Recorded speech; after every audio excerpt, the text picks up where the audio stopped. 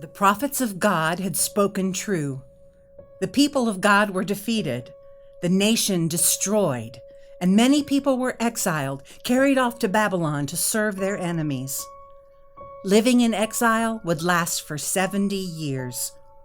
But living in exile did not mean living as though God had completely abandoned them. The prophet Jeremiah reminded the people that God had plans for them, plans to give them hope and a future. So the people were to live as normally as possible in the foreign land, building houses, planting gardens, getting married, and praying that the land in which they now lived would thrive. And some of the deported Hebrews did just that.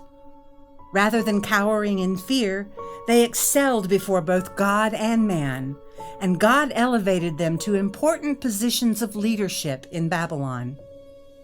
Daniel and some of his friends did that.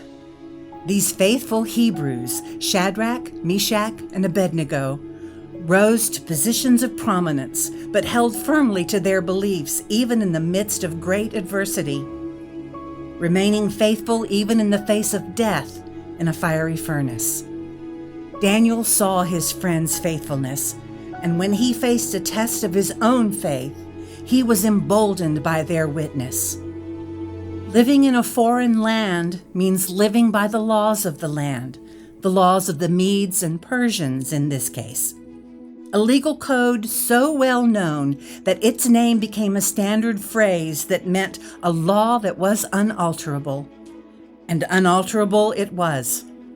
So when Daniel's enemies noticed his practice of praying to God 3 times each day, they convinced King Darius to pass a 30-day ban on praying or appealing to any god or anyone other than him. With the trap set and Daniel's daily prayer habit well known, it wasn't long before his enemies dragged him before the king to demand that he face the punishment for his crime.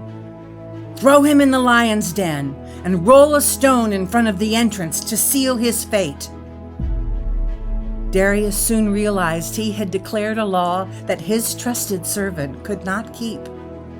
He tried to find a way for Daniel to escape, but since the edict was the law of the Medes and Persians, the king was unable to secure Daniel's release. Into the lion's den he went. And King Darius spent the night wide awake, fasting, fearing for Daniel's life. When the dawn came and Daniel lived, Darius issued a new decree honoring the living God of Daniel and declaring that God is one who rescues and delivers. Daniel faithfully trusted and obeyed God, even at risk of his own life. God rescued Daniel from the lions and used the rescue to advance his kingdom and to bring glory to himself. Like Daniel, Jesus faced death. And like Daniel, Jesus faithfully trusted and obeyed God, even to the point of death, his death on the cross. Unlike Daniel, Jesus was not spared from death. But Jesus' death led to victory and an even greater advance of the kingdom of God. Jesus rose from the grave, victorious over death, to provide salvation for all who would believe in him. We too live in a land that is not God's kingdom. But we can live here in a way that honors God, building houses, planting gardens, getting married, and praying for the prosperity of our land. But like Daniel, we may also find ourselves in following God, violating a law of the Medes and Persians, a law in conflict with the laws of God. God still calls for us to remain faithful to him, even when it comes at great cost to us.